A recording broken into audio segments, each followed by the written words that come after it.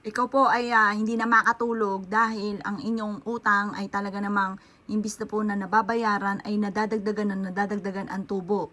Nakoy, napakahirap ng ganyang sitwasyon, lalo't lalo na hindi nyo malaman kung paano nyo babayaran ang inyong utang. Ako po ay may ituturo sa inyo ha, kailangan nyo lang ng luya. Kung talagang matindi ang inyong pagsubok na pinagdadaanan sa pera, aba laki-lakihan nyo po ang inyong pong luya. Hindi uubra ang maliit na luya laang po dyan.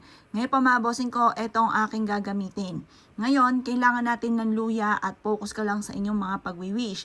Gawin nyo ito ng Tuesday or Friday. Pero kung kayo po ay talaga namang nape-pressure na at nagkaroon ka na ng mga karamdaman dahil nga po sa inyong pag-iisip, napanood nyo po ito, ay gawin nyo na po ito ha. Epektibo po ito, pero kailangan ikaw po ay huwag nyong ipagsasabi po ito kasi may mga tao na kontrabida, hindi naniniwala sa mga ganito. Ngayon, kapag yun ay nakontra, ay di baliwala ng inyo pong ginawa. Kaya kailangan isikreto nyo na lamang kapag ikay gagawa ng ganito. Ngayon, sa luyang ito mga bossing ko, harap ka sa gawing silangan. Mga bandang alas 7 ng umaga ang paggawa. ang paggawa. Ngayon po, pagtapos na po kayong mag-wish, basta pag nag-wish ka, huwag kang gagamit na sana. Sabihin niyo po, magkakaroon ako ng maraming pera, makakabayad na ako sa lahat ng aking mga pagkakautang, hindi na ako mamumblema pa kahit kailan, makakamit ko lahat ng aking mga pinapangarap, araw-araw na maraming pera ang darating sa akin. Ganun ang mga pag-wish, huwag kang gagamit na sana. Kasi wasa gumamit ka ng sana, 50-50 pa yan. Kaya kailangan sigurado ka na magkakapera ka. Yun, importante po yun. At saka yung mga lagi sinasabi ng mga magaganda, importante po yan. Kung gusto nyo po na magaganda mangyari sa buhay ninyo, magaganda rin ang lagi mong sasabihin. Ngayon pa mga bossing ko, mag-wish ka na dito. Pagkatapos nyo po mag-wish, ibilad nyo na siya sa sinag ng araw. Pagkatapos ng alas 8 ng umaga, di ba alas 7 nyo siya gagawin.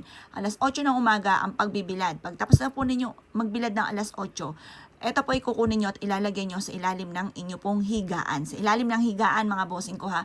At hayaan nyo siya na matuyo po doon mga bossing. Kailangan ng ating ilalim ng higaan laging malinis.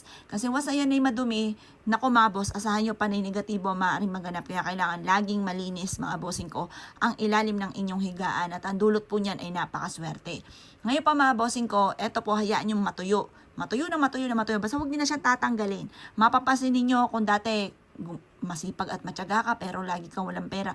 Ito naman, lagi kang dadalhin kung saan lagi ikaw ay suswertihin. Ang luya, kapag mentras siya natutuyo, mas nagiging swerte siya sa pera. Pero ang bawang, kapag natuyo na siya, marami siya nahigop na negative energy kaya itatapon nyo na yung bawang. Pero kabaliktaran naman po ito ng luya. Ang luya, mentras natutuyo, meron po siyang kakayahan na lalong manghatak ng swerte lalo na sa pera.